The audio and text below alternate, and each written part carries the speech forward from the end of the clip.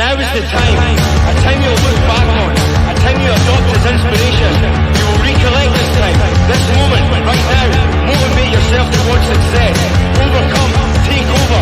The time is now.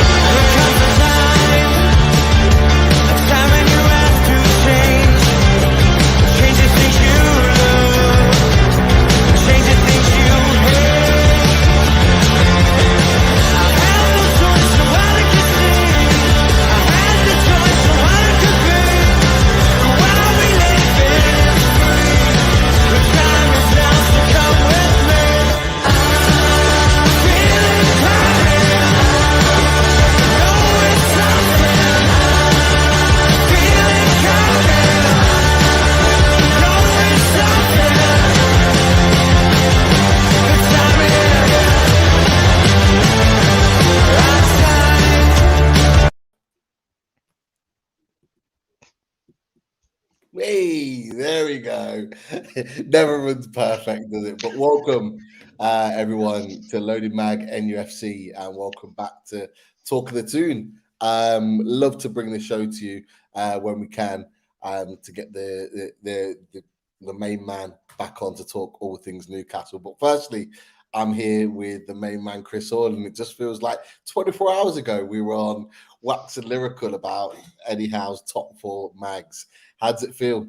Now you've had a little bit of time to sink in and maybe watch it back 3 or 4, 5, 6, 7 times.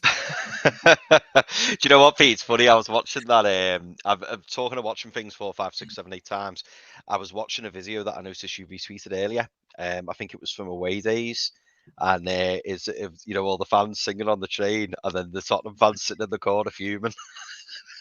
Love it. It's so good. It's so good. But no, I mean, yeah, still trying to digest what happened yesterday, because it just that really felt, and I know the reporter asked Callum Wilson at the end of the game, saying, you know, did that feel like, you know, like you'd arrived kind of thing? Did that feel like the real moment where like the pennies dropped? And I think that's absolutely right. Even now, just glancing up here at the West Ham Bournemouth, is it West Ham Bournemouth tonight? I think it is. I'm watching it now and I'm thinking, like, normally we'd be like, oh, you know, like, oh, you know, it's gonna be a tight one and all that, and now it's just a bit like, nah, we've got bigger fish to fry now. So yeah, try not to get too excited, try not to you know, get too embroiled in it all. But yeah, really can't wait now for the weekend, home to Villa. Like, you know, if we back that up with a performance similar to yesterday, we'll have no problem at all, and we'll be talking about another 3 points if we play like we did yesterday. Definitely. And look, there's no reason why we won't play that way. I mean, we've been playing this way all season, but it just seems like things are coming together. And look, I'm not going to wait around any longer. Let's get the main man on. Been waiting to speak to him, and let's get him in. Newcastle World's own Jordan Cronin. How you doing? Evening, lads. How are you? Oh, mate. On top of the world, mate. I don't know about you. You were there yesterday. And what was interesting about yesterday is that we were talking about what the result might be. Don't tell anyone. I'm not going to say anything, but all I'm going to say is that predictions to actual realities were very, very interesting. So no, it's great to see. But as I said, you were there at the Tottenham Hotspur Stadium. Look, just give us a little bit of flavour of what it was like to be there and experience that performance, atmosphere, the lot. Give us the lowdown. Yeah, I mean, so I will go into what I said to you at the start, Pete. So I think in no uncertain terms, I said that I think it was a game too far for Newcastle to go and get a result. Just obviously a good point at Manchester United, a big physical effort against Everton, and you go into the Tottenham Hotspur Stadium. Obviously, they just came off the back of not an embarrassing defeat, but a tough defeat in midweek. Obviously, last time Newcastle played there, the Spurs cut through Newcastle in terms of the 5-1 result. So all that was in sort of my headspace, and I'm thinking, I think this might be a game too far for Newcastle, and look, they go and put in a performance like that. And look, early stage of the season, we're still only 12 games in, but I think that result yesterday proves that Newcastle can play against the big boys. And for me, that result, the big six, if you like, is swiftly becoming the big seven, because I say Newcastle in the past have gone to teams like Tottenham, and look, they've had a good record down at Tottenham over the years, but you've always felt like they've ruled the luck a little bit. Obviously got a result down there on the Steve Bruce at Bunandal and Pardew. Obviously a couple of other managers as well. Steve McLaren even got a result down there as well, and Steve McLaren. But that was a game yesterday where Newcastle fully deserved 3 points, and they were the better team. I think Tottenham started well. They had a really good start. Nick Pope pulled off 2 excellent saves. And I think it was Heung-min Son and Harry Kane both had big chances. But Nick Pope, again, showing how big of a sign he's been in the summer. But from then on, Newcastle fully deserved their 2 goals. And I think Harry Kane's goal after the break threatened to really pile the pressure on. But Newcastle have got the best defensive record in the league, and it showed again yesterday, because I can't remember Tottenham having a real big chance after Harry Kane pulled one back. Yeah, they had the ball, which you expected, but I can't remember them testing Nick Pope's goal. So Newcastle fully deserved that 3 points yesterday, and say to go to a place like that, a big six team, and come away with a victory that they fully deserved is a massive statement of intent. The best performance under the Eddie Howe era, even he said that yesterday. And again, I don't want to get carried away, because we are only 12 games in. But for me, that was in recent years, that was the best feeling I've had coming away from a Newcastle game, to be honest. Just because, as I say, they played against a top 6 team in their own backyard, and fully deserved 3 points. So still only early days, but I think the talk of the big six, then it's swiftly becoming the big seven, because the job Eddie Howe's done is incredible. I didn't expect Newcastle to be in this position 12 months ago. So they've almost jumped a few years ahead, really, in the job that Eddie Howe's done. Now the challenge is to maintain it, but I fully back them to maintain it. I think they've got a real chance of finishing, top 6 this year. And you look the games they've played this season. The Tottenham game wasn't a fluke. They took the game to Manchester City. They shouldn't have lost at Liverpool. Yeah. And they took the game to Manchester United as well. So they can play against the big teams, and it's incredible to think where they are now, given that what they were 12 months ago. So yeah, the atmosphere yesterday, I'd seen the away end was buzzing. So yeah, I looked over on both goals, and when Miguel Almiron scored again, obviously your man informed the away end was in went in absolute rapture, as there was people jumping all over each other at half time as well. Obviously it rained at half time, and you've got supporters dancing around with the tops off, which I thought was brilliant. But that's just Newcastle fans all over. So incredible stadium, and to see a result like that was just incredible. So what a day it was yesterday, and a privilege to witness another really good Newcastle night performance, and long may it continue. Definitely, long may it continue. And look, you've touched on a couple of things there, and Chris, look, I'll bring you in because I want to get your opinions on this as well. Jordan's made a really good point with regards to the fact that we went toe to toe with Man City. We've been waxing lyrical about that, and to be fair, the media have as well, about how we went toe to toe with Man City, and we're unlucky not to win that game. Liverpool, in my opinion, I still believe we got screwed out of a point that day. Yep.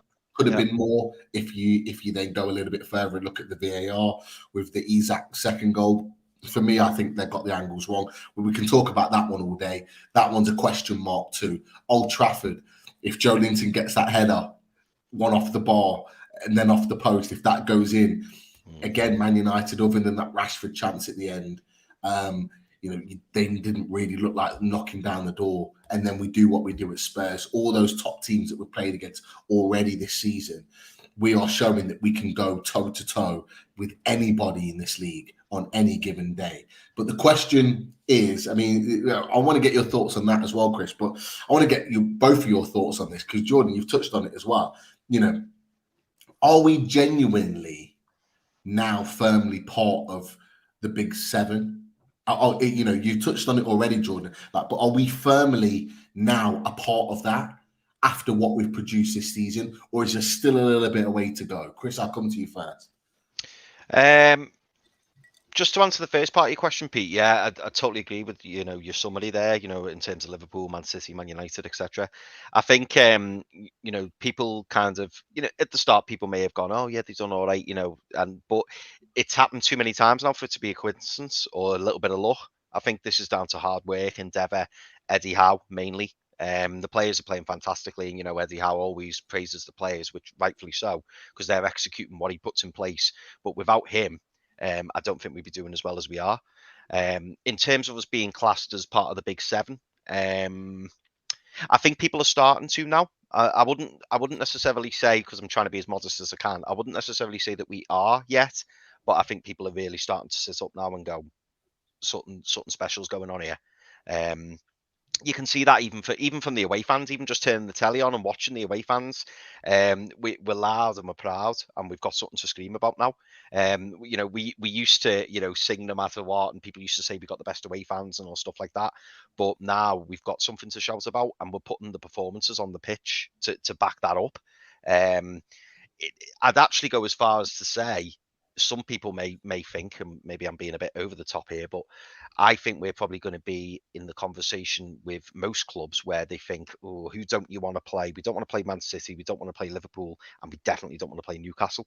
I think people would rather play the likes of Man United, Tottenham, Chelsea, Arsenal, who are a little bit more inconsistent. Maybe I'm being a bit harsh there on Arsenal at the minute, but they had the little wobble against Southampton at the weekends. But I think now the way people have seen us play and how we perform, who goes 1-0 down to Man City and then comes back 3-1, and we had them on the ropes. Yeah. Liverpool first 65 minutes, they didn't cause us any problems. And then this is without for the person with the keener eye, or the Newcastle fan, this is without Alan St. Maximin, it's without Callum Wilson, it's without Bruno Gomes, it's without Fabian Schär, Sven Botman. And we're still going to Anfield and turning up and playing like that. And then when we got beaten the last minute, I was in the away end, as you know, Pete, and it reminded me of last season when Everton beat us in the 98th minute with Iwobi. I was devastated, but I was more gutted over what had happened. But again, part of me inside, I was watching the Liverpool fans, and they were like crawling over each other to like scream and shout and yes, take that. And I just remember sitting there shaking my head, and I was thinking, yeah, but look what we've just watched. What's the score going to be next season or the season after that? That was all. I wasn't like devastated as in, oh no, gutted. I just thought, this is only the beginning. This is only the start of it. You beat us now with half a team, and we'll walk away with our tails between our legs and we get over it. That's the one game we've lost all season. And we were unlucky against Man City. We should have really had 3 points, but in the end, you take a point. Don't you? At home to Man City, you take a point all day, especially in the position we're in. As you say, Man United was unlucky. But yeah, that performance against Tottenham yesterday, it, as Jordan touched upon there, it's more the manner of it's the manner of the way we're winning. It's not the fact that we're just winning. It's like, oh, lucky, like under Bruce, we got the odd good win, and we were like, bloody hell, that was good. And then we play the next week and be absolutely atrocious. This week we know every time we think now next game's not going to be like that. Next game it's a similar performance, and obviously you need that touch of luck, but hard work and effort and organisation plays its part, and that's what we're seeing now. So roundabout way, I think people will take us seriously. Whether people will class us as top 7 yet, I don't know, but I think come the end of the season they will, definitely. Yeah, all great points. All great points, Chris, and lots and lots of that. In fact, all of it I agree with. And Jordan, going back to that top 7 conversation, I'll add to it. I'll add to the question. West Ham have had a couple of seasons where they've been fighting up there and challenging the top 6. Leicester had a couple of seasons where they finished 5th, and we've had other teams that have been up there challenging Wolves for a year or two when they first come to the Premier League, but none of them have been talked about in the way that Newcastle have. None of them have. So, does that in itself, solidify us as the top 7, the way in which the media are talking about us now? Other managers, opposition managers, Conte talked about it. Other managers have talked about it in the Premier League with us being the top 7. Does that solidify it? And does the financial backing of Newcastle solidify that as well? Well, that's exactly it. The financial backing is what sets Newcastle apart from those teams. So you've got Leicester, who obviously won the Premier League and had some really good business in the transfer window. So they maintained up there for a couple of years. West Ham had a couple of good seasons, but they don't have mega rich owners like Newcastle do. They also don't have a chief executive in Darren Eales. They also don't have a sporting director in Dan Ashworth, and they also don't have a manager like Eddie Howe, which I'm convinced that Eddie Howe will win a trophy with his football club, because Eddie Howe, for me, you look at the job he done at Bournemouth was exceptional, but from what he'd done outside of the game as well. So when Eddie Howe was out of work for a year or however long it was, he studied hard and he's came back a completely different manager and a better manager. The job he's done, look, it's absolutely incredible what he's done. You can't downplay the job Eddie Howe has done. A lot of outsiders are talking about, oh, look at the money what Newcastle have got. Look, they've spent £210 million in the transfer window. Well, actually, look at the team yesterday. They had 6 players in that team who played under Steve Bruce, and most of them were written off. Joe Linton was written off. Miguel Almiron was sort of written off. Fabian Schär was no any other player that he was. Sean Longstaff as well. Joe Willock, who obviously came back permanently, struggled under Bruce in the second spell, but Eddie Howe has again got him on the straight and narrow again in terms of his performances. So look, the job Eddie Howe's done, I can't praise him enough for what he's done for this football club. And look, there will be tough times under Eddie Howe. It's not always going to go this plain sailing, but I think we've seen enough from Eddie Howe to know that he is the right man, and he will get patience from the ownership if things are to ever go. If things are ever to struggle. But yeah, in terms of the big 7, I think Newcastle are very close, to be honest. It's hard to say they are now because, as I say, we're only 12 games into the season. But the thing that convinces me is the fact that look at the way Jurgen Klopp went on a few weeks ago when he was on about we can't compete with 3 clubs, and he talked about Manchester City, Paris Saint-Germain, and Newcastle United. Other clubs are rattled and they're worried about Newcastle United. And I'm not just saying that. There's genuine fear among clubs in the Premier League and in Europe about what Newcastle United can become. Look how exciting is that. To say that Newcastle is a force that will be reckoned with in the next couple of years. Incredible. As I say, Eddie Howe deserves massive credit. Teams are rattled. Look at the Liverpool game a few weeks ago. I've never seen a Newcastle United side booed off the pitch like Newcastle were. It's because Liverpool fans were rattled. Yeah. Liverpool manager Jurgen Klopp is rattled. Their fans are rattled. Newcastle are a team on the up. Look, I say it's still only early days, but it's really promising signs. And we know the size of this club. We always know it's been a sleeping giant, and this is just the start. So, a couple of more transfer windows. Say in a year's time, you've got 2 more transfer windows. Maybe you can consider as Newcastle then as a big 7 club, if you like. So they're maybe not there now, but they're very, very close because the way teams are reacting to Newcastle now, as I say, Liverpool, the prime example, teams are worried. So, it is exciting times, and look, it's accelerated very fast over the 12 months. But that's what the new owners want. Look, Eddie Howe will play down expectations, and rightly so. But the new owners don't want to be hanging about. They want Champions League football as soon as possible. They want to win the Premier League as soon as possible. They want to win trophies as soon as possible. So as much as the expectations be played down, look, if Newcastle are in a position in January, I think they get top 4. I wouldn't be surprised to go out and spend because the owners want success now and they want it fast. There's an acceptance that it will take time, but if there's a chance there to do it quicker than what they can, they'll go and do it. So yeah, it's really exciting times, and see that result on Sunday sort of shows what Newcastle can be. You're looking at the table now, and everyone's excited they're in fourth. I've got no doubt next few years that'll become a permanent sight for fans. So yeah, happy days. Love it. The positivity just streaming from Jordan. We've been over many a fully loaded transfer show where transfers have been played down, progress has been played down, but all rightly so, by the way. In your opinion, you've always been straight talking. That's what we love about you when you come on the shows, Jordan. But it's just great to see that positivity, the smile on your face, the buzz, because you were there and you experienced it. And look, me and Chris chose the wrong game because we went to last season's one where we got absolutely smashed. But look, I'll take it all day long to ensure that we're climbing the table. And it's just amazing. Now, I just want to touch back on one of the points that you made, because Chris, you've talked about this as well, and you both referred to the Liverpool game, the Liverpool away. Liverpool have had battles with a lot of teams, Man United, Man City, under Klopp, various other teams. He's never reacted the way that he did against Newcastle, and that just shows that the fear, like you guys have said, the fear and the power that we have as a club. They know that once we hit the ground, that we're not going to stop, and that's what teams are worried about. They're worried about is getting there. Now, we are currently in fourth place in the Premier League. We're flying high. We're playing very, very well. Realistically, where do you see us finishing at the end of the season? Realistically, I know we're top four at the moment.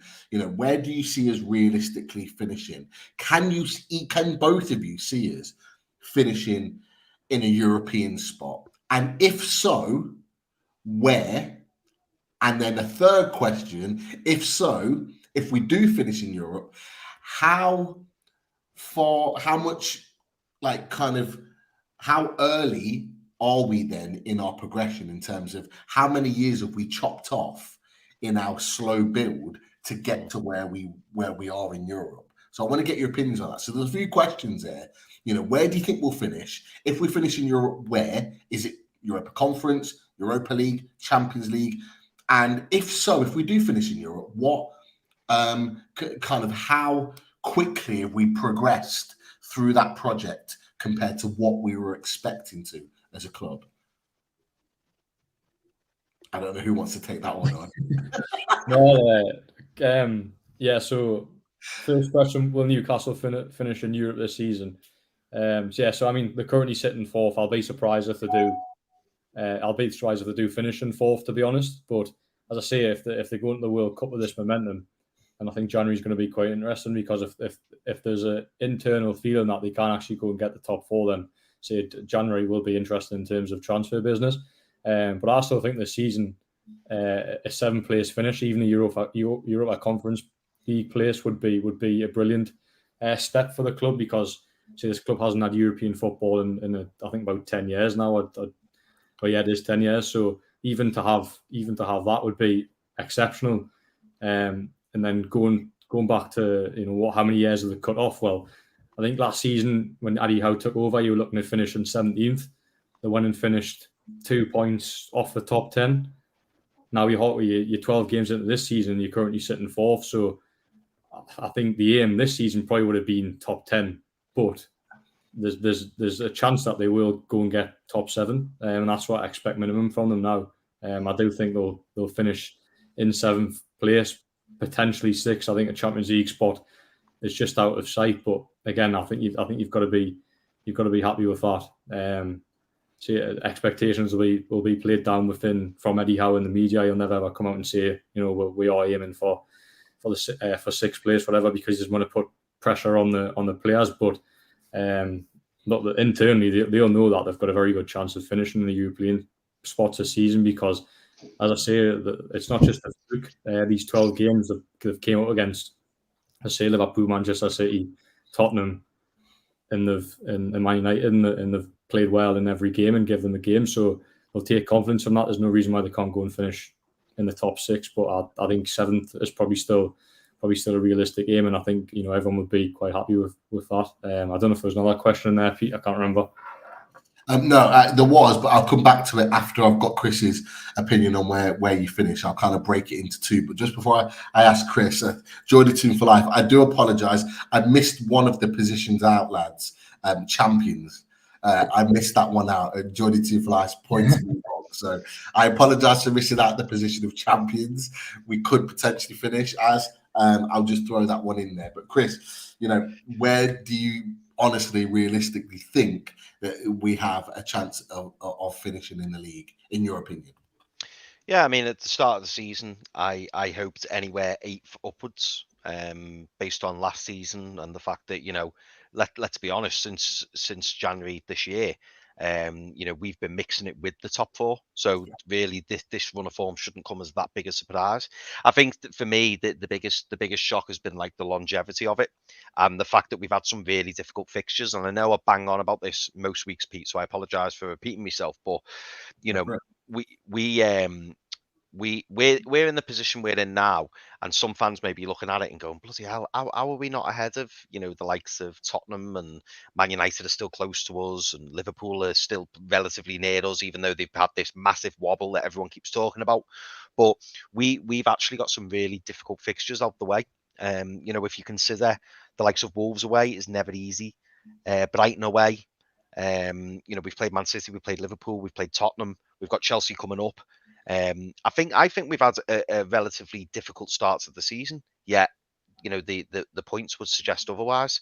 So for me, I think if we can go into the international break for the World Cup, if we can go into that with I don't know, anywhere near 27 plus points, I think we're setting ourselves up really nicely for the second part of the season. We've got, no, I'm sure we'll probably talk about the 3 games that we've got coming up, but it's difficult. I still think if we finish 8th, we've done all right. However, I do take Jordan's point that if someone fast forwarded now and we were 8th, I think everyone would just go, oh, I thought it'd be better than that. So I suppose really you could say 7th, maybe 7th, possibly 6th, but I'm not on that top 4 train yet. Do you know what I mean? I'm not there yet. I want to be, but I'm not. I think it might be too early for us. And in many ways, and again, this could be a question I can throw back out to you both.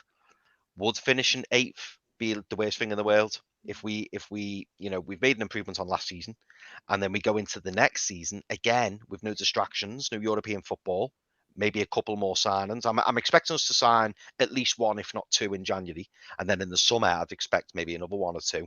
We go into next season with 4 new players, upgrades on current positions, and we've got no European football to distract us. The next season could be a really interesting one. I mean, not that I'm turning my nose up at European football, because I'm absolutely not. But that would be my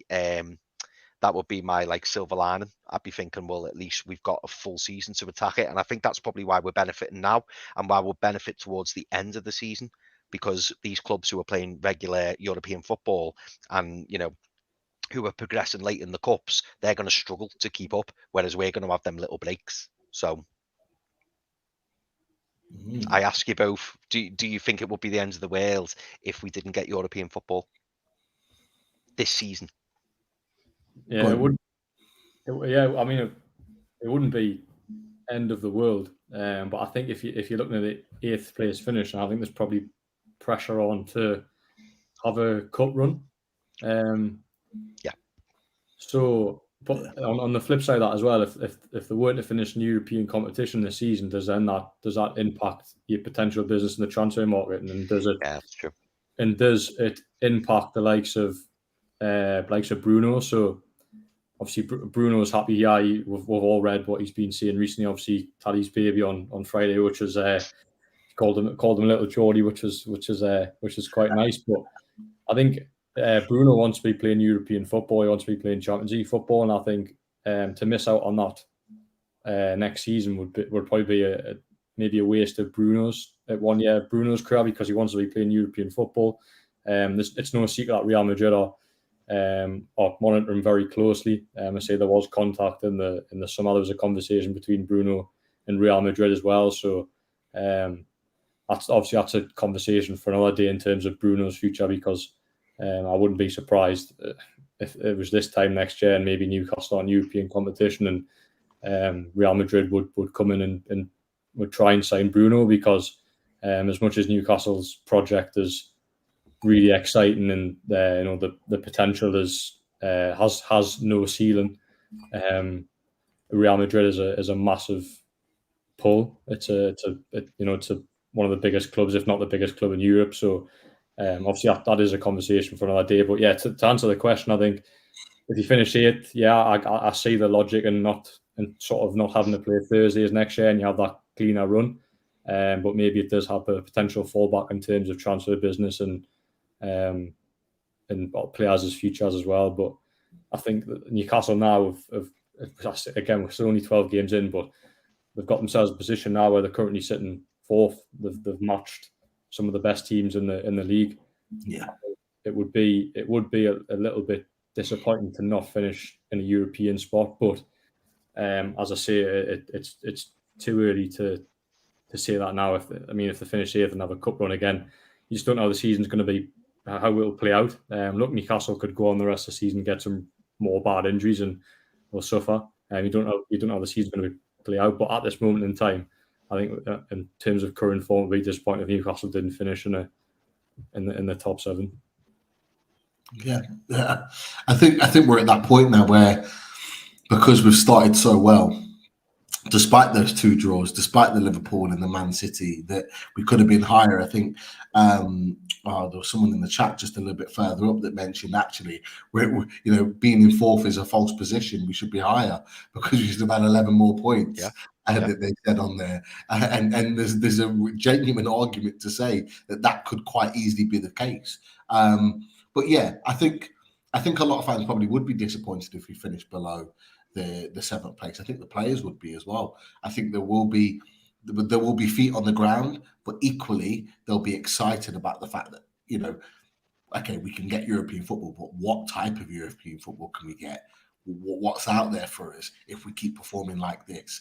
And the way Eddie Howe's got them playing, confidence is sky high. So there's no reason why we can't be, in my opinion, at least playing Europa League, which would need to finish 6 or above to get that, 6th or 5th in the league. There's no reason why that can't happen. It would mean that someone like a Man United would need to sort of like drop down, or even a Liverpool having a poor season, or even a Tottenham. We don't know. They could go on a bad run. So who's to say that can't be the case? But I'm excited by this team, and I'm excited by what they are kind of putting together. That is for sure. But it's an interesting one. And the second part of the question that I want to ask you guys is, okay, we've all said that we think that we're more likely to be playing European football next season, finishing in the top 7. How far forward is that within the project, do you think? Where does that rank in terms of where the club and the owners were expecting to be? Was it another couple of years, maybe solidify ourselves this year, mid-table, then go for Europe next season? Are we a year ahead? Are we 2 years ahead if we get Europa League straight off the back? What are your thoughts on that? Yeah, so from what I'd been told, the plan was to have Newcastle playing European football by the end of next season. Right. But with that, as I said before, with the owners, we all know the ambition. If there's an opportunity to get European football quicker, then they will look to take it. And it does feel like Newcastle are in that situation now because of the start they've had. I'd say it would, in a way, it would probably be. I say they're in that situation now where they can't go and do it. So if they don't, then it probably would be a disappointment, and maybe a disappointment for the owners as well. So now they're in that situation, they want to take full advantage. So yeah, the World Cup break as well, I think, is something that we probably don't speak about enough. So Newcastle have got loads of momentum now. The World Cup break is probably going to come at a bad time for the club. And then it's about how you react after that, because it's going to be like starting a new season again, to be honest, isn't it? Because it's like it was a 6 weeks longer break. Newcastle have got a lot of players. Well, I say a lot of players, but key players going on international duty, likes of Nick Pope, Kieran Trippier, Bruno. So I don't know how that's going to play into it as well. But see, you get to January, and if they're going to be in European contention, which it looks like they are, then I can't see the owners saying, well, actually, we wanted the plan was to have European football by the end of next season. It doesn't matter. Actually, there's a chance to get it now. We'll go and try and take it, because I say that they want success as quickly as possible. That won't come out publicly, but you don't buy. Say a lot of the things that Newcastle have done. Obviously, it's about patience and building, but they want success now. They want Newcastle to be in Europe as quickly as possible, and I feel like the season is an opportunity to do that. Chris, you were nodding your head then when Jordan was talking about, how from his information, it was the thought that we were looking at European football next season, a year ahead of the project. Do you see us doing what Jordan said, in that, really going for it in the transfer market, maybe splashing out on a player that we maybe wasn't expecting? Yeah. I mean, do you know what? All I was thinking when Jordan was talking and he mentioned that was Vera and Anita. That's all I was thinking. And I was thinking, that's not going to happen again. It's going to be, if we go for someone in January, it's going to be like a top player. I mean, Pete, I know you've spoken in the past about James Maddison. I think it'll be someone of that ilk. I think it will be a Moussa Diaby, a James Maddison. I'm not saying this is gospel, by the way. I'm just giving my opinion. But I think it will be an elite player who instantly improves the squad. As we saw during the summer transfer window, which I'm sure Jordan will back up, the owners were very fluid. That was the word that kept getting used all the time. And I think if the deal's there to be done, they'll press the button and do it. Yeah, they may have planned on doing it in the future. Yeah, they may, have a particular budget in mind. But the nice thing is, we know as a club that we've got those funds and we've got that plan. And if it means that we're going to speed up the process a little bit, I think we'll go ahead and do it. If the owners have decided, they want to go and get a £60 million striker in the summer, if that striker becomes available for 50 million in January, I think they go and get the deal done, because we're now in a position where I think we've exceeded expectations. I think that's fair to say. I don't think everybody thought, including the ownership, that we would be this far on the journey that we are. And if we continue it, that's why, like we were talking before, that's why Jurgen Klopp's come out talking about how they can't compete with Newcastle. That's why the Liverpool fans booed us. That's why people are going, oh, look at the money they've spent. Because everyone's just getting that little bit anxious, that little bit tetchy, because they're all thinking, well, the owners have been in like barely a year, and now all of a sudden, I mean, if we've done this in 12 months, what are we going to be like in 2 years' time? Like what's the team going to look like? And this is without any silly spending as well. We've done it absolutely the right way. We could have gone out and said we're going to get Neymar, or we're going to get Mbappe, or we're going to get whoever. But instead, no, we've gone out and we think this player will improve us, or we think he's got the right attitude, we think he's got the skill set, he's the right age, he's got the pedigree, he can only increase in value. We were talking about values, weren't we, the other day, Pete, saying, how much is Miggy worth now? How much is Bruno worth now? How much is Botman worth now? And it's all this clever little bit of business that we've kind of gone about and done. We've gone and signed Garang Kual, who made that fantastic debut against Barcelona that made everyone sit up. All of a sudden, bam, gone and get him. And that's how we're doing business at the minute. And to take Jordan's point before, European football wouldn't be a bad thing, because I think anybody now in world football will be looking at Newcastle, and if they come knocking on the door in January and we're in the top 6, I think they're going to be looking, going, these are going somewhere. I want to be involved in that. Bearing in mind we attracted Bruno when we were in the bottom 3. Imagine who we can attract now if we're in the top 4, 5, 6. Everyone's going to want to get on board. Okay, so we've talked about we've talked about going for it, and you're absolutely right. Both of you have said it. Is that if we're sitting in Europe, come the start of the transfer window, or by the time we return after the World Cup, there's a chance that Eddie Howe's already said he hasn't even looked at transfers yet, but he probably has. But he hasn't looked at it in terms of solidifying it. He's definitely going to use the World Cup to do that. And if we're sitting in a European spot, it's going to be a hell of a lot easier for Eddie Howe, Dan Ashworth, and those that are behind the deals to have those discussions with agents, clubs, players to attract them in to Newcastle United. There's no doubt about it. So we put 2 bids in for Maddison. Both got rejected. It was well documented that he seemed keen on the thought of coming to Newcastle in the summer. What is he thinking right now? What is Maddison thinking right now? What is Moussa Diaby thinking right now, where he was heavily linked over the summer? Okay, what are they thinking right now, looking at Newcastle United and the way they're performing? They must be kind of jumping at the opportunity to be linked with Newcastle and the potential to sign for us, regardless of what their clubs are doing. With Leicester and Leverkusen, are they the kind of players that would maybe we would push the boat out for, or are there others out there that we maybe not aware of that could be linked? Yeah, I mean it's every transfer window, isn't it? Where even during the summer transfer window, there's new names every week.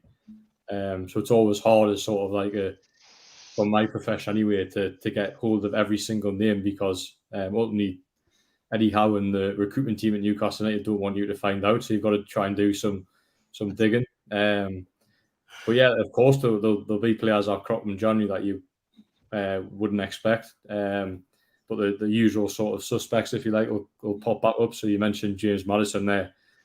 That'll be one that's really strong in January, purely because of what happened in the summer. And obviously, I know Leicester have improved of late in terms of the last 2 results, but up until then, it wasn't exactly going well for them. So that's the thing now. So, you look at this time last year, Leicester were seen as like sort of a far superior team in terms of competing higher up the table.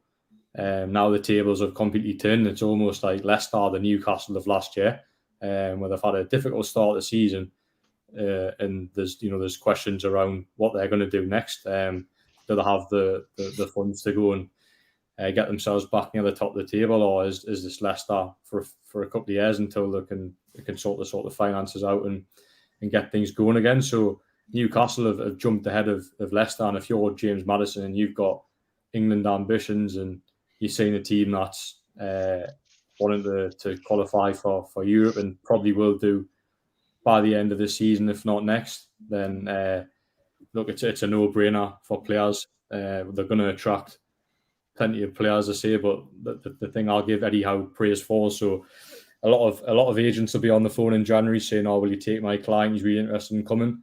But Eddie Howe will do a background check, and we always call it in the press. Not we don't actually print this, but Eddie Howe sort of has like a no dickheads policy. Where he doesn't. But look at the business they've done though. So they haven't, like Newcastle, bought the likes of an Alexander Isak and a Bruno. They haven't signed big names, but look at the squad that they've created, because they've signed good characters, and the continuity and team spirit is incredible, and that's carrying them through a lot of games this season because it's such a tight-knit group. The team spirit is sensational, and Eddie Howe won't want to sign anyone that upsets the dynamic. So, look, they might not go and sign big names, but they don't need to, because, as I say, if they sign the right characters, they'll be absolutely fine, and that's what they've done so far. So, yeah, the no dickheads policy is quite a funny one, but it's true. And look, it's worked at the minute because, as I say, they've signed good players with no egos, and I say it's worked. So, I think more of the same. Why change something that's working? You can sign a player with lots of ability, but if they haven't got the right attitude, then it's not worth it.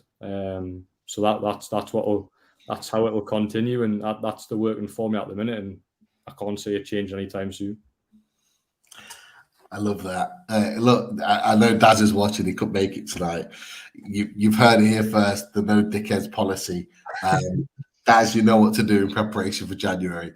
We need to get something sorted on that to make sure that is ready and available for the Fully Loaded Transfer Show. That is class. I love it. But absolutely right as well. And Chris, I know you'd agree with that, is that the attitude of the players and the mindset of the players is crucial in what Eddie Howe wants to bring to the club. And you look at the players that he's brought and how they're brought into the club, just shows exactly the type of player that we're looking for. 100%. Now, there's been some question marks about the likes of Maddison and one or two other players that we've been linked with. You know, would he be part of the no dickheads policy, or would he pass the test, or would he not? And the reason why I ask is because there are some controversial opinions about him and his attitude. You know, Chris, I remember at the King Power last season going absolutely mental at James Maddison for his dive with Lascelles that won them the penalty that effectively changed the game. Because at that point, we were the better team in that game. We were the ones that looked more like scoring, and he changed the game for them and ended up having a great game after that. But, you know, would you take that at Newcastle? Do you think he's got the right attitude for Newcastle? I think so, yeah. I mean, obviously, if Eddie Howe's put 2 bids in for him, that would indicate to me that he ticks the boxes, if you like. But yeah, the no dickhead policy. Yeah, I do like that, Jordan. And to be fair, I think it's absolutely spot on. Because quite often, you know, you'll see players and you think, oh, you know, we should sign him or he'd be good, and you know.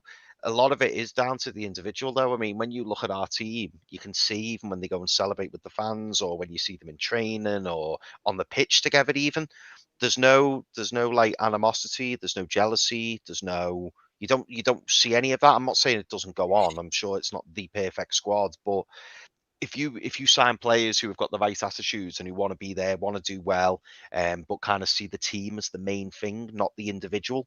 I mean, you've only got to look at Cristiano Ronaldo. That says it all for me. I'm a massive fan of Cristiano Ronaldo, as I know you are, Pete, but you know, the way that he's been carrying on recently, it's not good for the team. And clearly Eric Ten Hag's come in and he's probably thought, you know, you're causing disruption, and that's why he was left out of the squad at the weekends, because he can't be seen. Oh, it's Ronaldo, let him off. You know, and we don't need characters like that in the team. We don't need big time Charlies. Apparently, Kylian Mbappe's looking for the move away already.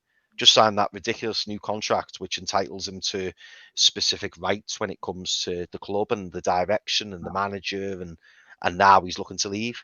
Like the best thing PSG could do is probably get rid of Kylian Mbappe, because I think he's £600,000 a week. He's on 600 grand a week, and he's actively chasing a move away. It's just you know, those kind of players, you don't need them. And if for us to stay away from the big time Charlies, that's absolutely fine by me. Keep doing what we're doing. And to answer the start of your question, Pete, when you said, you know, will Eddie Howe have targets? Absolutely he will. And I think we're going to have 2, 3, 4, 5, maybe more of players in each position. Knowing Eddie Howe and how meticulous he is, even with planning, with preparation, games, very attention to detail, he's probably got transfers lined up for the next 2 years. He's probably looking at players and thinking, yeah, I'll go back in for him in a couple of years, or let's see how he develops. Or, you know, he does remind me of Rafa in that way. He'll probably have stats, he'll have the databases, he'll have everything lined up. And like we said before, if an opportunity comes about, I think he knocks on the owner's doors and goes, listen, you know, I think we need this player, or I've heard rumours we could get this player for a good deal. Can we get it done? And the way Eddie Howe's performing and the way that he's showing the ownership, how valuable he is to the club, I think the owners will back down to him and just say, if that's what you want, Eddie, there you go. And that's the advantage we've got at the minute.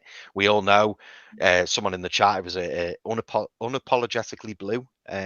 So if you're still watching, mate, you know, we keep getting threatened with FFP. It's not going to happen. These owners are far too clever, and they will have already factored that in. If we've got to cut our cloth further down the line, we'll do it. We'll make sure that everything's done above board, because we're fully aware of the situation we're in, and we want to make sure that we don't, you know, create any enemies for ourselves. So sorry to let you down, but that's how it is. They just want us to be like them, but Yeah. we're not going to be.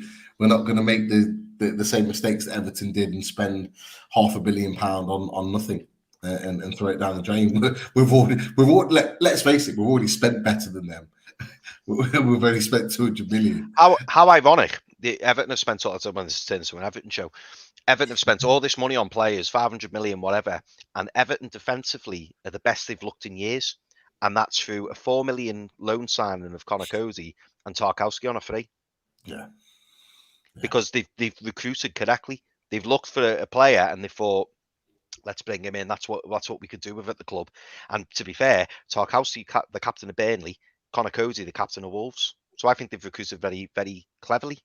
Yeah. Not saying I want them at Newcastle, but for where Everton are at the minute, and they've got to cut the cloth. They can't be spending too much money. Two very sensible signings, but it just goes to show there are good signings and good value for money players out there. You don't have to go and spend 100 million on a player. If you see one there for 25 who's got the potential to rise up, why not? Yeah, I don't blame you. Yeah, I agree. Look, but Everton are shopping in a completely different pool now to Newcastle, and that's just the reality. Yeah, we've got 160 in the chat. We've had over 180 points throughout the show. Thank you for tuning in. I'm going to do a Chris special and put this on the screen. Yes. Thank you for watching. Yeah, we love this. Like and comment, and also subscribe to the channel. It's just a click of a button. We've had, over 30 new subscribers over the last few days. So welcome to Loaded Mag NUFC. Click that button, and thank you for supporting the channel as always. And yeah, we're coming into the question time of the show. There are a number of questions in there, but I'm going to get in there first. I apologize. There is some breaking news. Unai Emery has agreed to join Aston Villa as their new manager. It has been confirmed in the last 5 minutes. Turned us down. I'm glad about that, by the way. I'm not bitter or angry about that. We've definitely got the better manager out of the two. But turned us down to stay at Villarreal, and now leaving Villarreal for Villa, who are in the predicament they're in. Interesting one. But I want to ask you a question. Do you think we would have been better off now with Unai Emery as a higher profile manager at the time than we would have with Eddie Howe? Is that a straightforward question or not? Yeah, it's a straightforward question, and the answer is no. Look, it's one of them. So, I mean, last year, Eddie Howe, the irony of Eddie Howe being the second option, because Unai Emery was offered a job. He was the first choice, and obviously turned it down. But to fall back on Eddie Howe, I say fall back. It's a blessing in disguise, isn't it? I can't think of anyone, and I'm not just saying this because he's in the job now. I can't think of anyone that would have done a better job, because what he's done for the club is, as I say, is sensational, but he's relentless as well, though. So Newcastle United, the Newcastle United job is his life. He sacrifices his family to put ridiculous amount of hours into making Newcastle United a success, and that's shown in the 12 months that he's been here. Say the 5:30 training ground starts, leaving at 10 o'clock or 9 o'clock at night, whatever it is. Relentless on the training pitch. So they've got this motto: train as you play. So I was fortunate enough to watch a training session whilst I was in Austria, and I was blown away by the intensity of what the players were playing at. You would have thought it was a competitive game, the way that they were going at each other. Newcastle needed someone like Eddie Howe. They needed that person that was going to essentially pay a 24/7 hour care to the club, and that's what he's done. Emery going to Aston Villa. Yeah, it's an interesting one. I think obviously Newcastle are financially better off, but let's not forget that Villa do have aspirations as well to be a sort of a top 6 team, if you like, or certainly one that's challenging for Europe. And their owners are quite wealthy, but it just seems strange that he bought into Aston Villa but didn't buy into Newcastle. I think maybe at the time Newcastle was deep in relegation trouble, and maybe Unai Emery didn't fancy at the time. But to come to England now with Aston Villa is an interesting one. I'd hopefully like this. I hope to see him fail. To be honest, I hope to see him fail. I'm not bitter that he turned Newcastle down. I'm glad he did, because we've got Eddie Howe, and Eddie Howe is a better manager for the football club. Done an unbelievable job, but he didn't jump the gun this time last year. He's done it now for a club that's in a weaker position. So I hope he fails. I hope Aston Villa don't succeed under Unai Emery, but even if they do, I know for a fact that Newcastle will still be competing above Aston Villa in the next couple of years. Interesting one. Dee's put an interesting one there, Chris. You've just highlighted it. Zaha on a pre-contract to compete with Maxi, Edson Alvarez, Musa Diaby, and a quality left back in the summer. For me, wishful thinking, but would be a quality team with those additions. You guys agree? Zaha on a pre-contract. Do you think he'll come to Newcastle? Oh, you're on mute, I think. Yeah, I always do that, don't I? That seems to be a thing now. Apologies, gents. Zaha, I'm not sure on. And again, it comes back to attitude. He has, to a degree, stuck his head down with Palace, but I do find sometimes he spits his dummy out a little bit. And I wonder, he's the main man at Palace. And I think, what kind of attitude would he have if he wasn't the main man at Newcastle, which, could conceivably be a possibility. To mention a couple of the players Pete's mentioned in the past, I think I'd probably rather Elise, or maybe even Eze. He got a bad injury, didn't he, not so long ago, but he's come back from it and he's back to performing well. So I'd probably go with Eze or maybe Elise from Palace rather than Zaha. And plus, I think Zaha's, am I right in saying Zaha's like late 20s? Is he 28, 29? Zaha, 29, I think. Yeah. I think I'd rather go with potential, maybe, because he'd probably be on decent wages as well. I'm not sure, but yeah, Edson Alvarez, he had a deal agreed with Chelsea, didn't he? But it didn't go through. Musa Diaby, we've spoke about loads of times, and yeah, quality left back. Obviously really happy with Dan Burn at the minute, but I don't know whether Jamal Lewis will get another opportunity. I think Paul Dummett will leave at the end of the season. Matt Ritchie will definitely leave at the end of the season. So yeah, we probably do need a new left back. So D, it's really good points you've made. Interesting. Definitely. Right, let's have some quick fire ones for Jordan then. Let's see what we got in there. I think there's a few in there actually. There's quite a few. We've got 16. Some of them are just comments, but I'll fire them quickly at Jordan anyway. Tom Dixon asks Jordan, is it true that Maxi has gone to France for treatment again? I haven't heard that, but I wouldn't be surprised. He done it. He went back to France during the last injury layoff that he had. Yeah. So I haven't heard that he's gone back to France, but I wouldn't be surprised if he had. The way Eddie Howe was talking, I'm not sure he'll be back for Villa on Saturday.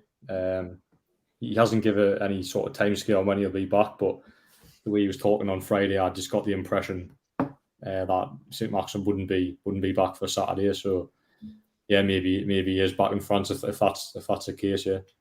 Yeah. This one's for Pete and for Jordan, really. Russ 1892, good friends of the channel and sponsor. Good evening to you, Russ. Considering the form of late, where do you see us dropping points going into the break? And Tom Dixon asked a very similar question, and obviously Tom's put the fixtures up as well. We've got Aston Villa at home, Southampton away, and Chelsea at home. So first of all, you, Pete, how many points would you like us to pick up? I'm sure the answer is probably 9. But how many points do you think we will pick up? It's the same. I think we can pick up 9, and I've got no doubt about that. I think we can pick up 9 points from that game. But as an acceptable number, I would like 6. I'd like to wipe the floor with Villa on Saturday. I think Keith Roll put in the chat that Unai Emery is not going to be manager on Saturday. He'll take the job next week after the game at St. James's. So it'd be great for us to wipe the floor with Villa. I think Southampton are there for the taking. I know they got a point against Arsenal, but for me, I think the way we play, I don't see Southampton laying the glove on us really. And then it's all down to the Chelsea game really, and it's the atmosphere, it's the war flags, it's the last game at St. James's in the league before the World Cup. It's setting that scene. And evening game, Pete. Evening game, yeah, we talked about it yesterday. Under the lights, 5:30 kickoff. It is the perfect opportunity for us to really light it up. And you know what? When we've done it in the past, We saw Isaac Hayden score that last-minute winner, where some people will call it Ishitas 1-0 win. We took it and we're very happy with it. But it'll be a different Newcastle coming out this time, because I think we'll have a lot more of the ball and we will take the game to Chelsea. And Chelsea have proven, even against the likes of Man U, that they can concede chances. Yeah, they're not the same team in midfield without the likes of Kante. Defensively, they're not as strong, in my opinion. I think they can be got at, and at St James's Park, anything's possible. So, yeah, I would love a minimum of 6, ideally 7. But look, I think we'll all want 9 from that, no doubt about it. What about you, Jordan? Yeah, so I mean, there's no reason why Newcastle can't go and get 9 points in terms of the way that they're playing. The home record, obviously, they've only been beat once this year. So I think that the 2 St James's Park games, especially that Chelsea game as well, on paper, I'm getting the feeling of the Arsenal game that we had last season, where, as I say, it's a night under lights at St James's Park. It's a last game before the break. I imagine War Flags will have something planned to create a very special atmosphere. So I think that Chelsea game, another big game, Newcastle could probably go and win that. Aston Villa might be an interesting one on Saturday. Might be like a sort of an Everton type, where it's going to be a really tight game, because look, if they were playing with Steven Gerrard in charge, I'd fancy the chances, but they'll probably become a little bit unknown again in terms of having an interim manager. Obviously, the wipe the floor with Brentford on Sunday, which obviously Newcastle done as well. So that could be a tricky one, but I'd back Newcastle to win that one. Southampton as well. You just don't know what Southampton team's going to turn up. They've been at that for a while now, really, really hitting missy, but they went and got a point off Arsenal at the weekend. So I'd say, yeah, I'd say 7 points. I think minimum we'll get from that. Maybe 6, but I'll go for 7. I think we'll get 7 points. Yeah, it's interesting you saying that, Jordan, because out of the 3 matches, which I never thought I'd say, I think the Southampton one's the tricky one. I think we smash Villa this weekend. I really, really do. Anyone else think that Emery's purposely avoiding that game? Because I mean, it's Monday. He's meant to be taking the job, and he's like, "Oh no, I won't be in charge." And it's like the game's like nearly a week away. Yeah. Wouldn't surprise me, because he won't want to come to St James's in his first game. No way. There's been managers that have took the job, with a couple of days and then been in the dugout. So there's no reason why a full week's worth of training he couldn't take the team. He's not taking the game on Saturday because he knows that he doesn't. He basically wants to start on his own agenda. He wants to start with a potential win, and I don't believe that he feels that is the right game to come in as manager, because he's genuinely worried about Newcastle, and Villa will be as well. Villa won't be as all out attacking the way they were against Brentford. Brentford are an easy touch at times. We showed that while we wiped the floor with them at St James's. Villa have done the same. Villa are a lot less more equipped than us. So that's all well and good. But when you're coming up a team that's going to press you to the breaking point, and they're going to push you back and ask questions. Tyrone Mings is an accident waiting to happen. At St James's Park it is, and I'm here for it. I can't wait for him to make a mistake and Wilson slips in, or whoever comes in and puts the ball in the net. Maybe Miggy will be at it again. We don't know, but that's just my opinion. Yeah, I think minimum 6. Obviously maximum 9, but I think it'll be 6 or 7 points. I don't think we'll win all 3, if I'm honest. I want to win all 3, but I think the Southampton game could be tricky. And like you say, Pete, I think that Chelsea game, evening kick-off, War Flags, I think Chelsea could be rattled. So yeah, I'm gonna say 7. I think we'll get 7. I think we'll draw against Southampton, but who knows? I mean, Fumby mentioned before, 13 points out of a possible 15 picked up. That's just crazy. Which is right. I mean, this run we're on is absolutely incredible. Right, so I'll quickly fly through some more if I can. This is a quick one, but I'll ask you anyway. Ross 1892 says, I know it's a different situation, but could we do a Leicester? No. I'm going to say no. Although, Ross, I love the enthusiasm, mate. I do love it. I love that. For me, I'd love it. I would absolutely love it. It'd be an absolute dream. I can't see it. I just think the top teams are a little bit more competitive this season than they were in the Leicester season. It was like the dominoes all just fell in right, like at the right time. All of the top teams had awful seasons all at the same time. That just never happens. And Leicester took advantage of it and they carried that momentum. We can certainly carry the momentum and have a great season, but to win the league, Haaland, I just don't see it. How many points did Leicester win the league with? Does anyone know? 75? Was I it? think it was 75 when it was confirmed that they won the league. So you think over the last 2 seasons, I think Man City won the league with something like 98 points or something last year. So even Newcastle could potentially could get 75 points and still finish outside the top 4. Yeah. So it just shows that obviously the competitiveness. I think that Leicester season woke up a few big clubs like Man City saying like, well, that's not happening again. So yeah, it would be very, very difficult to replicate a Leicester. But I mean, yeah, I would love to see it happen, but I'm doubtful. Yeah, I mean, bearing in mind, boys, just to put a bit of perspective into it, Man City have played 11 games, and Haaland's 6 goals off getting the same goal tally as last season's Golden Boot winner. Yeah, he only needs 6 more goals. Crazy.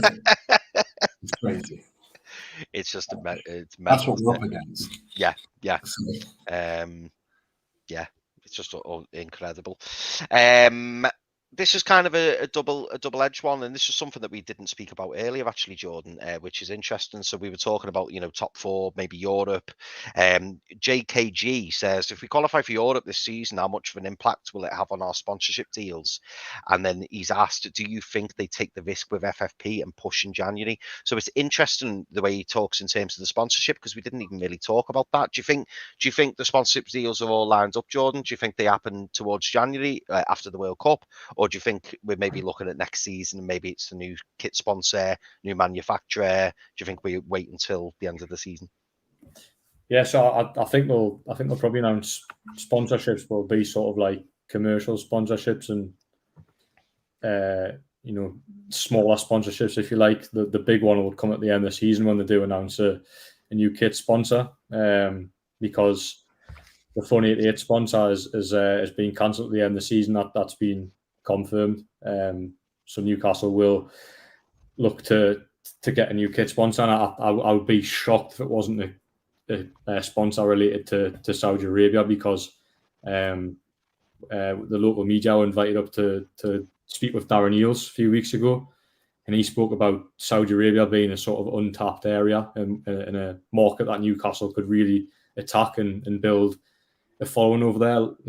Like some Manchester United, they've got a big following in the US, possibly Asia as well, that sort of region. So Newcastle, obviously, due to the owners, are looking at the Middle East and Saudi Arabia as an area they can attack and establish a name in. So I think that I'd be surprised if a lot of the sponsorship deals weren't something to do with Saudi Arabia, and that's expected because of the owners.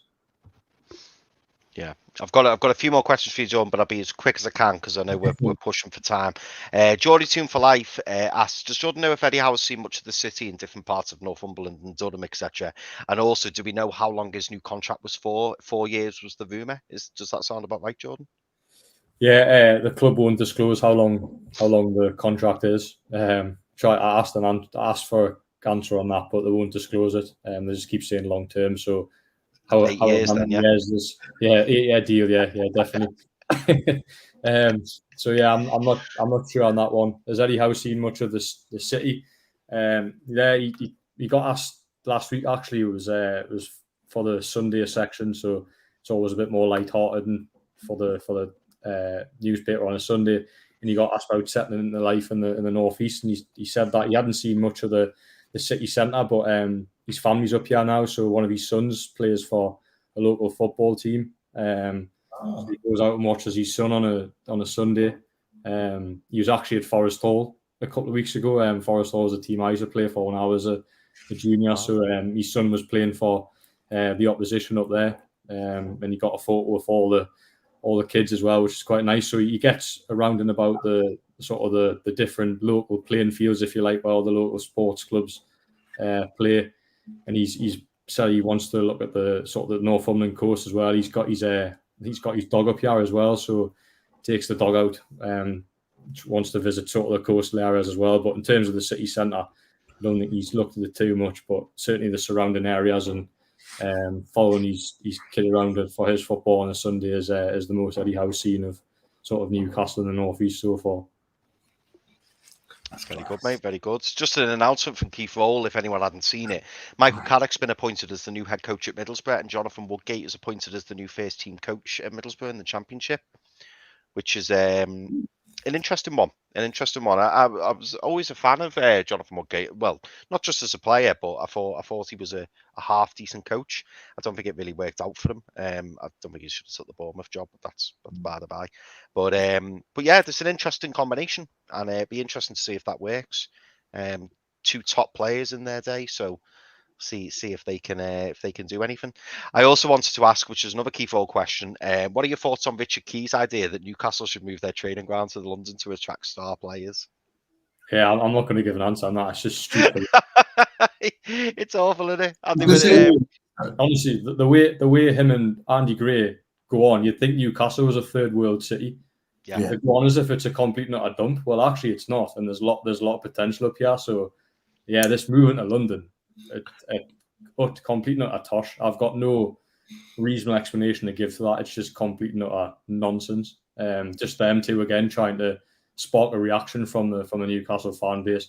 If they come out with anything, just ignore them because they're just there to provoke a reaction ultimately. So yeah, I'm not going to give a dignified response to that one. It's just stupid. Honestly, Richard Keys has been saying that actual comment. He's been saying that for years. Whenever he talked about Newcastle, he always talks negatively about the city and that people don't want to go and play up there. Is that what kicked Jeff Stelling's rant off, Pete? He did that rant about Newcastle. It's got good eggs. It's got this. It's got that was the West Ham fan that reports for TalkSport. Abraham's Moose. Yeah, that's Moose. Yeah, Moose. That's it.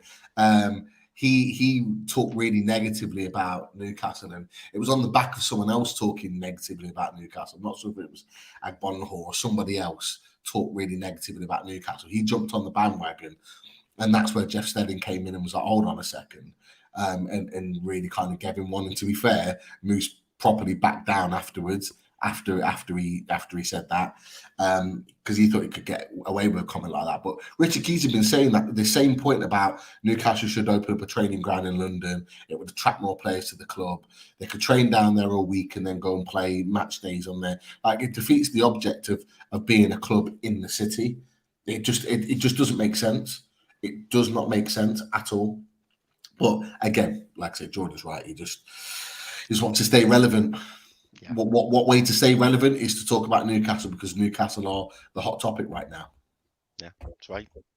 And then last question for you, Jordan. Tom Dixon asks, do you expect Dan Burn to go to the World Cup? I think he might have a chance with the way he's playing at the moment. Yeah, he can't do any more. He can't do any more to get in the World Cup squad. Done unbelievable obviously as a centre back last season and as a left back as well. Played the last 5 games at centre back and barely put a foot. Left back and barely put a foot wrong. So I don't think he'll get picked, but I don't think he could have done any more. It's just the way of Gareth Southgate's England squads. He always picks these sort of regulars, picks players out of form. I can't see him going for a Dan Burn, sadly, but yeah, he couldn't do any more. I'd like to see him in the squad, but yeah, he'll probably go for a Harry Maguire, who's obviously been out injured recently, completely out of form, and he'll go as a guarantee. Just the way Southgate squads work, unfortunately, doesn't go away from his regular players. Got a goal. West Ham are 1-0 up against Bournemouth just before half time, and it looks like the cat kicker, it's Kertuma. Oh. Relegation battle commence. Yeah, Pete, just a quick one from you. Do you think Dan Burn goes to the World Cup? Me personally, I don't think he will. He should, but I don't think he will. Well, I did that piece for BBC Sport last week, didn't I? And he was my wild card. They asked me who would my Newcastle wild card be, and I said Dan Burn, best performing English centre back for me.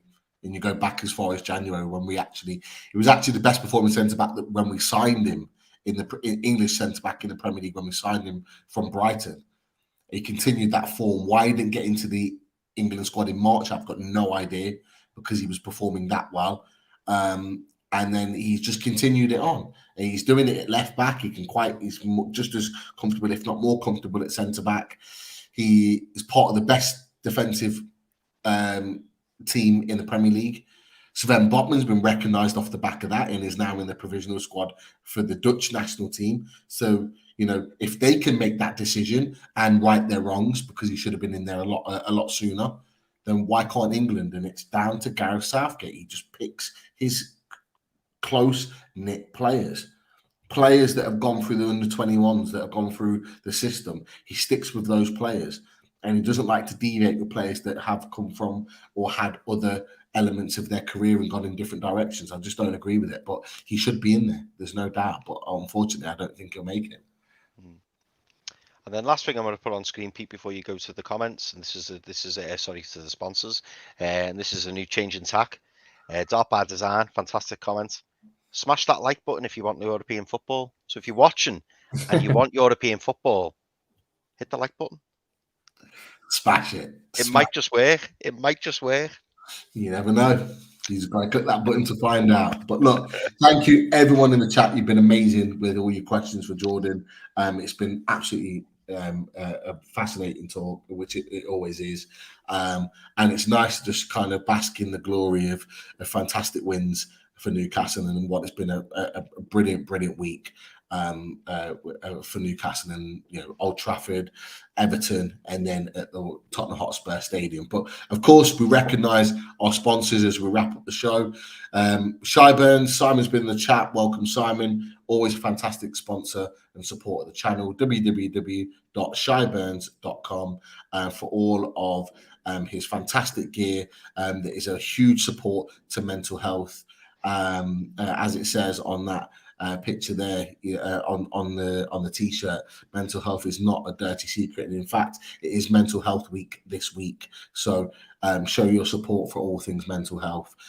Great opportunity to do so. Check out Simon's gear and make a purchase. There are various different colors you can show your support in, and of course the Away Days t-shirt that I always rock on Away Days weekly, so get involved in that as well.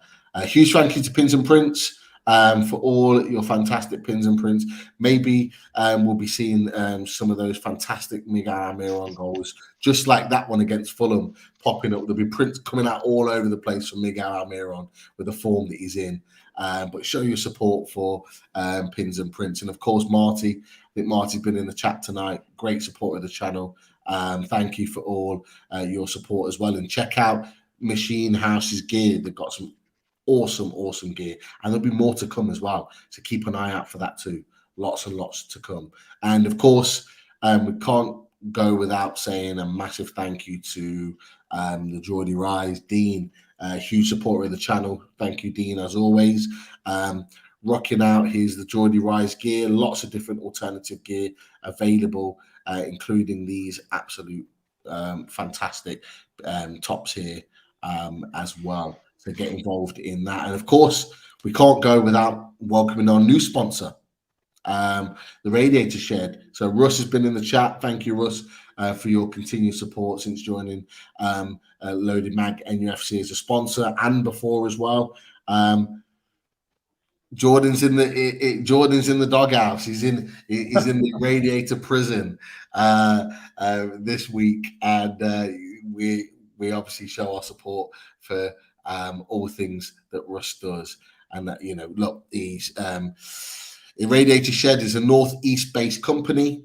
They cover most regions in the UK and are building association with Age UK and mental health charities. Delivered direct is included in the price to mainland UK. Provide top quality materials made from plate steel, providing longevity. All designs are manufactured in Italy. Aluminium rads are very environmentally friendly and are perfect for heat source pumps. They offer a home survey service and will install if required. So get down to the radiatorshed.com if you haven't already. Quick flick through, and he did confirm they can do alternative colors. So there was one at the end where it looked like it was black and white. There is a potential for a black and white radiator if that's what you want. So get involved in that. You've got the Rovia, the Hampstead, and the multi-set Raw as well. So get involved in that. Look, whilst you're here, click the subscribe button. We've said it earlier. We're well on the way to 5K. As I said, 30 new subscribers in the last week. Keep showing your support for Loaded Mag NUFC and become a member and click that blue button. You can only do it on laptop, remember. You can't become a member on your mobile phone. So go on your laptop, takes 3 minutes to become a member, $1.99 a month, and you can be a part of the Geordie family. We are also on Spotify as well for all our shows. So if you're not able to watch it live visually, you can watch it in your car on Spotify, and they'll be uploaded 24 hours after the show has gone through. Guys, it's been an absolute pleasure. Jordan, legend, always a pleasure to have you on. Thank you for taking the time to come on and joining us tonight. We'd love to have you back soon to talk more Newcastle wins and hopefully Newcastle's Eddie Howe's top 4 mags keep marching on. But thank you for joining us, mate. I was just going to say, just before you and Jordan go, it's a quick question from David R. And I thought, got to ask it. We're all getting a bit ahead of ourselves this evening, but it's a valid question. David R. asks, without looking too far ahead, lads, will you be staying 2 or 3 nights in Milan next year? So we'll have to plan that. Yeah, it depends on the national world budget. I'll try and get 2 nights if I can. It might have to be 1 night. I might have to just do it in 1 night. Fly in and out in the same day. Yeah, exactly. Yeah. The old flying visit, eh? But yeah, you won't see any Mackhams there. It's Milan, remember? Never seen the Mackham in Milan. Definitely. But guys, lads and lasses in the chat, thank you always for your support. Mods, amazing as always. Yano, Simon, Lisa, Keith, absolute pleasure.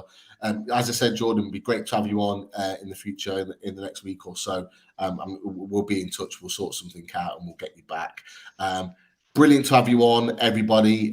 Great talk of the Toon show. And of course, we'll be back with more tomorrow. So we'll be back with Loaded Cube.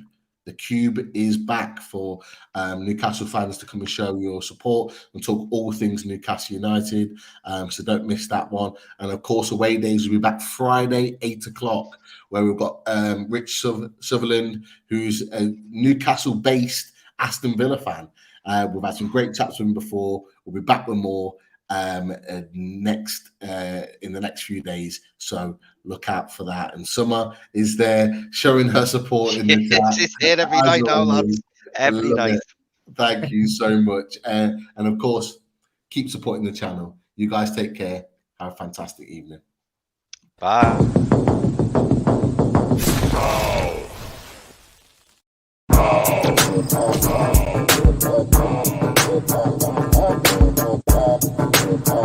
Oh.